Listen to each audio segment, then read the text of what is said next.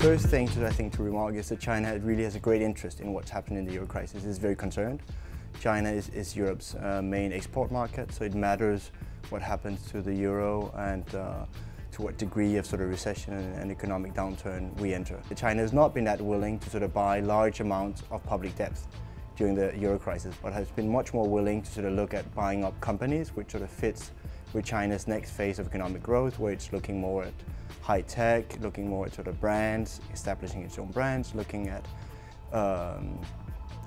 green economy. And in a lot of these areas, there are sort of strength in Europe and in European companies. I like to think of the Greek mythology of Narcissus.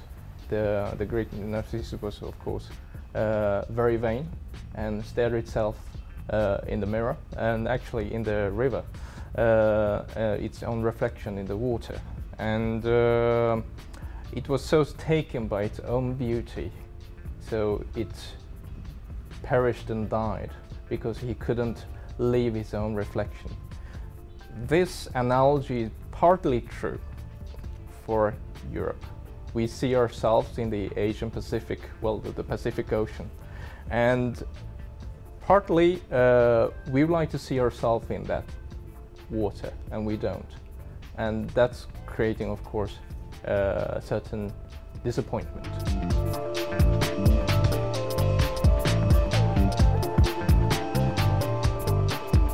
What you and I think of as fundamental European values, like democracy, free speech, and equality, is not necessarily European values in Asia. First of all, there's a completely different brand of all these fundamental values. And second, if you look at emerging economies like China, they would rather look at Japan or Korea as a model. So while we are thinking of fundamental values that were historically originated from Europe, which we should and we are very proud of, they are looking at a trajectory, a development. They are more or less, while we are thinking about values, they are looking at a long march, and they are more admiring of the marches that the other Asian countries have done. At the beginning of the euro crisis, we're expecting or hoping maybe for a much larger Chinese helping hand, and you would see individual governments, including the Spanish at that time under Zapatero, reaching very much out to the Chinese, Greek and Portuguese as well. That probably didn't really materialize in that form. China has been sort of giving somewhat of a contribution by putting money in the IMF, the International Monetary Fund, but maybe not to such a large degree by sort of individual buy-up in the different countries.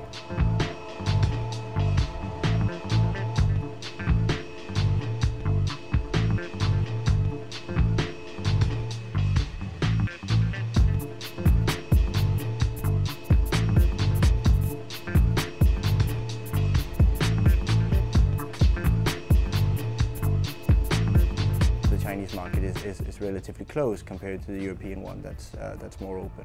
So of course here you could say if Europeans could get a sort of larger share of the Chinese market, that could be one thing. Another thing could of course be to sort of that the Chinese, when they make their next step into a sort of more innovation-driven economy, that this is a sort of open and global way they do this, not sort of trying to shield us off from foreigners, including Europeans. So that would be another area. What we would like to see on a short-term basis, and also of course long-term basis, is not necessarily what Asia is able to deliver. And there's actually very little we can do in terms of politics and economics.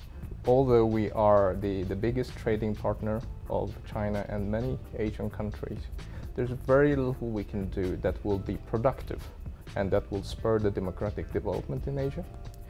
And this powerlessness, if I may say so, or lack of policy space, is something that is fundamentally new to us. We are not used to having very little option, but being patient.